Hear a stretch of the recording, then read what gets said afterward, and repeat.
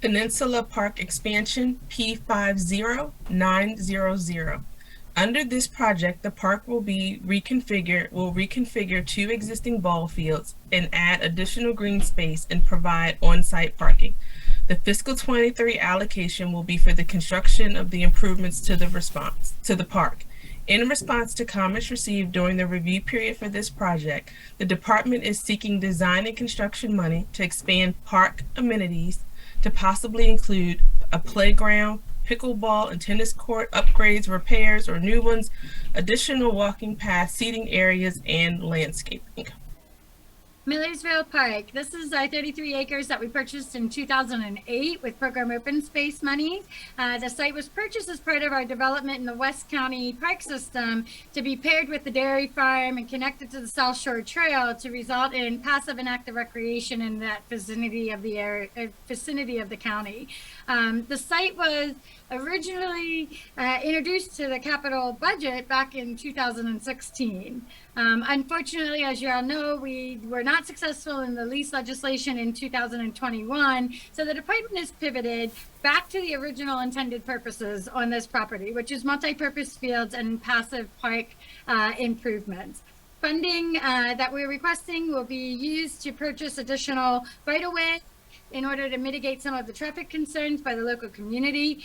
We've also continued to engage the public as we move forward in this new design process. We've established a stakeholders group that is working with both community and user group members to give us input during the initial stages of the park redesign. We are meeting with that group in March and anticipate that this project will go out to bid in FY24.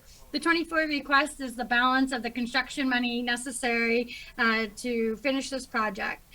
We did have to revise our POS funding because we had submitted an application for development funds, and we've been able to complete that, and POS has been approved by the state. Our request for FY24 is $4.5 million. We do have one more slide, which is C-Class.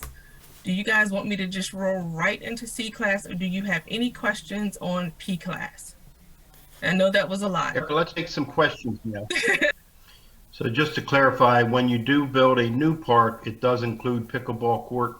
It can. So like Lake Waterford, when we do that new project, we're including pickleball there. I have a feeling that as we go through the master planning for Millersville, that somebody may ask for pickleball courts there as well, and we could accommodate that as all part of the process. Okay, thank you. All right, Dawn, you had a question. I do. Partly a comment and partly a question. This is on the Millersville site. So I was just glad to hear about the continued stakeholder outreach.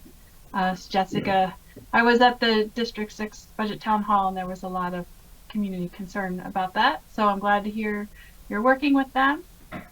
Okay, I appreciate that. Thank you. And I know obviously there were a lot of lessons learned on that between the administration and the county and one thing and another. And I understand that there was I guess a different, because I know Erica referred to the stakeholders, but also there's also a task force that was developed as a result for developing procedures going forward as far as community input and one thing and another. Can you tell us a little bit about that?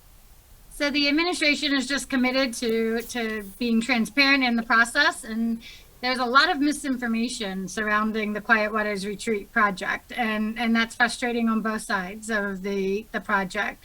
So what the administration would like to do is find ways that we can get information out to the public.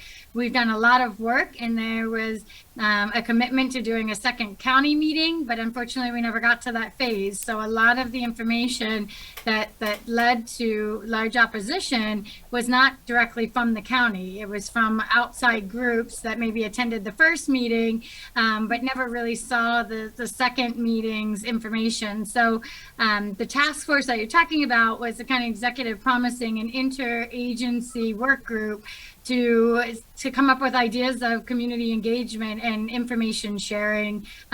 We've already been looking at the project development process because a lot of individuals are frustrated with how long it takes us to develop projects, and a big piece of that process is public engagement. So it's all intertwined in the commitment to building projects efficiently, but also committed to the public engagement of the project earlier in the process, so that misinformation doesn't come in later in the project, that we're able to be transparent earlier on. So that's the commitment the administration has made, and the department has illustrated that in lots of our projects and our success stories. But even with what you were just talking about with Millersville, and making sure that we, when we do pivot, that we go back to the stakeholders and go back to the process and do it the right way.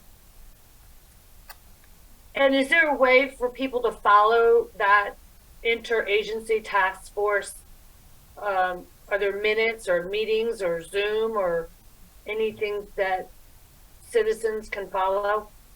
Well, the county executive just made the announcement of an interagency work group a couple of weeks ago. I have not seen any details about what that's going to look like or when we're going to meet. I do believe it's an internal work group, but more details to come. Exactly. Yep. Okay, thank you. I appreciate you explaining all that.